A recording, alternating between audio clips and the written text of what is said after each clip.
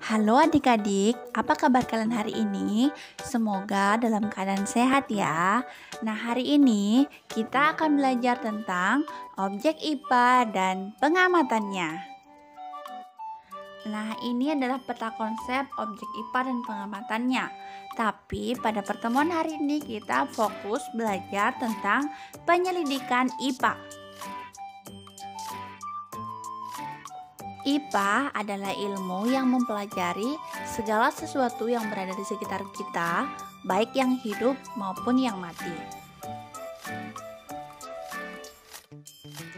Di dalam menemukan konsep-konsep IPA, maka para ilmuwan melakukan kegiatan penyelidikan yang disebut observasi atau pengamatan.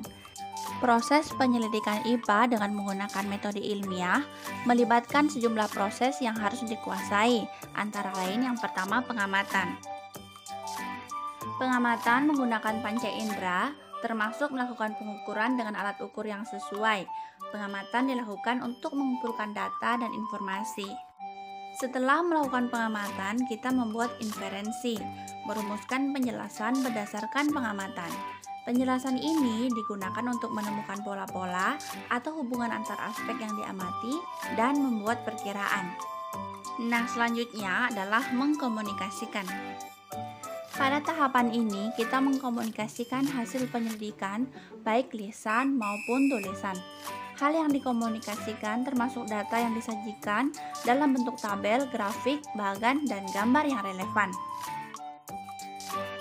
Nah, setelah mendengarkan penjelasan tadi, pasti muncul nih pertanyaan di kepala kita. Apa sih gunanya pengamatan IPA ini? Apa sih gunanya penyelidikan IPA? Apakah bumi ini datar? Ya, minimal kalian pasti bertanya, apa gunanya pengamatan ini? Nah, jadi sekarang akan dijelaskan apa sih gunanya pengamatan ilmiah IPA. Yang pertama adalah memahami berbagai hal di sekitar kita. Misalnya, kita ingin tahu kenapa matahari bersinar. Wah, kenapa pelangi warnanya ada 7 ya? Gimana sih proses pembentukannya? Nah, yang kedua, meningkatkan kualitas hidup. Karena pengamatan, kamu bisa menentukan tanaman apa yang cocok ditanam di kebun kamu yang berada di kaki gunung. Nah, dengan pengamatan dan ilmu IPA yang kamu miliki, maka kamu akan tahu tanaman apa yang cocok ditanam di pinggir pantai dan seterusnya. Selanjutnya, menyelesaikan masalah. Misalnya, kamu bertemu aliran air kotor, tetapi digunakan untuk mandi oleh masyarakat sekitar. Maka, kamu bisa membuat penyaring sederhana untuk membuatnya menjadi bersih. Atau kamu akan mencari tahu kenapa sih aliran air ini kotor, apa penyebabnya, dan bagaimana solusinya agar air ini menjadi bersih. Nah, yang terakhir adalah berpikir logis dan sistematis. Membuat kamu terbiasa berpikir secara berurutan dan menggunakan logika ilmiah yang menyimpulkan sesuatu. Nah, yang menjadi pertanyaan sekarang adalah objek apa saja ya yang menjadi objek IPA? Jadi jawabannya adalah objek yang dipelajari dalam IPA adalah seluruh benda di alam dengan segala interaksinya untuk dipelajari pola-pola keteraturannya. Objek IPA dapat berupa benda berukuran sangat kecil, misalnya bakteri, virus, dan atom, atau benda yang berukuran sangat besar, seperti lautan, bumi, dan tata surya. Jadi, objek IPA itu bisa dibagi menjadi 2 macam, yaitu yang pertama, objek biotik adalah objek yang terdiri dari makhluk hidup, contohnya seperti manusia, hewan, dan tumbuhan. Sementara yang kedua adalah objek abiotik, objek yang terdiri dari benda mati, contohnya tanah, cahaya, udara, dan lain sebagainya.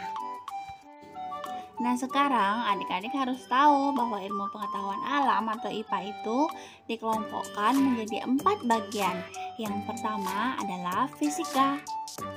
Fisika adalah ilmu yang mempelajari tentang aspek mendasar alam, seperti materi, energi, cahaya, gerak panas, dan berbagai gejala fisik alam lainnya.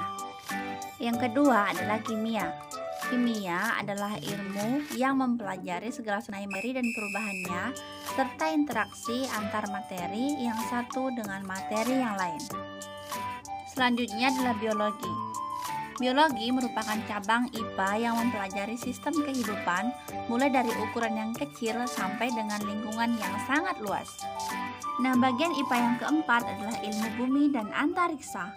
Ilmu bumi dan antariksa ini mempelajari asal mula bumi, perkembangan dan keadaan saat ini, bintang-bintang, planet-planet, dan berbagai benda langit lainnya.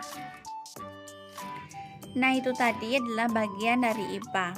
Apakah kamu sudah tahu tentang apa itu IPA? Bagaimana proses penyelidikan IPA? Apa kegunaan penyelidikan ilmiah IPA? Apa saja objek IPA? Apa saja bagian IPA atau bidang keilmuan IPA? Kalau kamu belum tahu, pelajari kembali bahan ajarnya ya. Selamat belajar di rumah dan tetap semangat. Thank you.